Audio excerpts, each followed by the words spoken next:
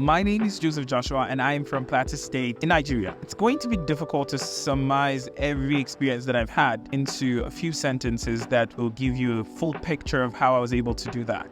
Given the fact that there were different challenges along the way from the first day that I stepped into school up until the end. However, I must state that God has been the biggest factor in it all for me, because I believe if God was never there every step of the way, I couldn't have made it thus far. I have to first say it was God to begin with.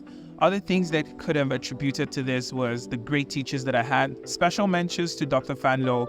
She made my first year the best. It was so blissful. Dr. Maysam as well. As I progressed through medical school, it was really not getting easier. However, people that I had around me made it even much more better. So I had friends like Laksamun Wanglim Kitugun, and I'm glad she eventually eloped as the top one of our batch. And I also had great friends like Mancha, like Manasseh, and I had great people around me like Kurome, who whenever I felt down, I could really talk to about problems. And when it came down to internship, which everybody would say was one of the biggest times where their character was really tested, I would say that mine went through fire.